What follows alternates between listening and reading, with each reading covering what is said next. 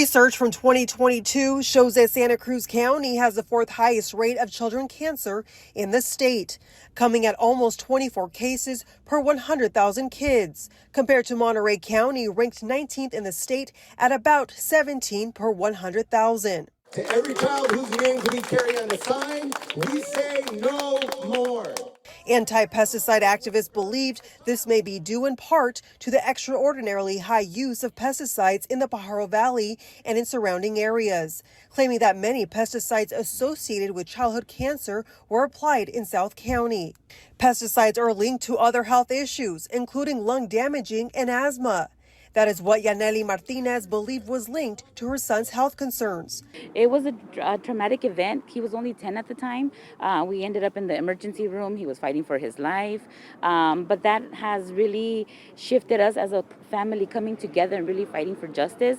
Martinez lives in Greenfields, and her son had attended a school near Agland where they are constantly dealing with the air drifting towards them. And that prompted her whole family to fight back from the pesticides.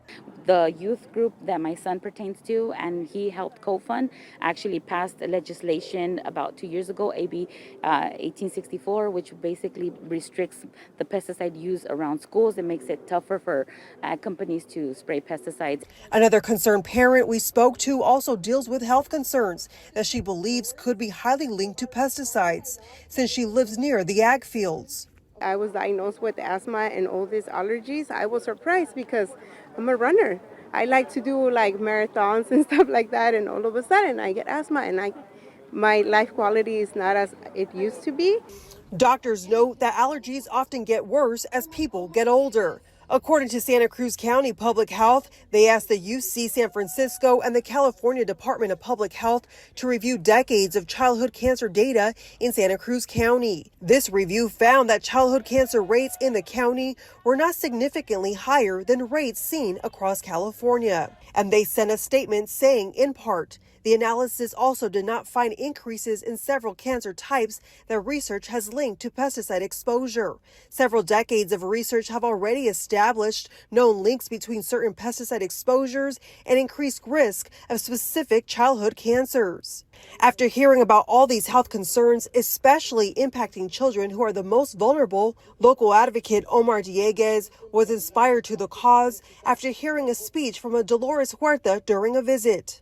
He felt the need to do something and did a hunger strike along with other community members to bring awareness to schools near the fields, and it lasted 30 days. Going to the schools and doing these presentations, going to different organizations and seeing and hearing the stories of people coming up after these presentations and telling me the stories of their grandmothers, their grandfathers, or maybe some of the young people were dealing with issues like cancer. We also reached out to Driscoll's for a statement, and they tell KSBW that Driscoll's berries are safe to eat and meet all applicable regulatory standards. Their independent growers are required to operate in full compliance with the law based on oversight by independent regulatory agencies.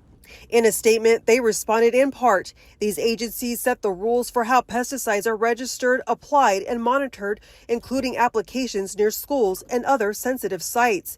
California's regulatory framework is among the most stringent in the country. This has been an ongoing issue that we've been following, and we will continue updating you as soon as we get new information. Reporting in Watsonville, Jacqueline Quinones, KSBW, Action News 8. All right, Jacqueline, thank you.